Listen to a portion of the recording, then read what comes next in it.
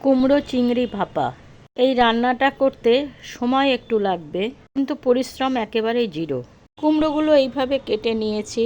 এর মধ্যে দিলাম ডুমো করে কাটা দুটো টমেটো, দুটো পেঁয়াজ। আমি যে কড়াইটার মধ্যে রান্না করব তার মধ্যেই একবারে সব কিছু মেশাচ্ছি। দিলাম চিংড়ি মাছ, 3টে কাঁচা লঙ্কা, ঝাল যে যেরকম খান সেইভাবে দেবেন, আদা রসুনের পেস্ট, আর দেবো নারকেল। দেখুন নারকেলটাকে আমি এরকম ডুমো ডুমো করে কেটে নিয়েছি। এতে একটু মুখে পড়বে, ভালো লাগবে, আরও টেস্টটা হেভি হবে। দিলাম টক দই, হলুদ, শুকনো লঙ্কার গুঁড়ো, ধনের গুঁড়ো, জিরের গুঁড়ো, পরিমাণ মতো নুন, আর দিলাম তেল। হাফ চামচ দিলাম চিনি, টক দই যেহেতু দিয়েছি।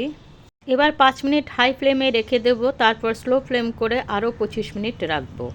সব সিদ্ধ হয়ে গেছে। এবার ঢাকনা খুলে হাই ফ্লেমে 5 মিনিট নাড়াচাড়া করে পুরো জলটাকে টানিয়ে নেব। ভাত, রুটি, পরোটা সব কিছু দিয়ে ফাটাফাটি।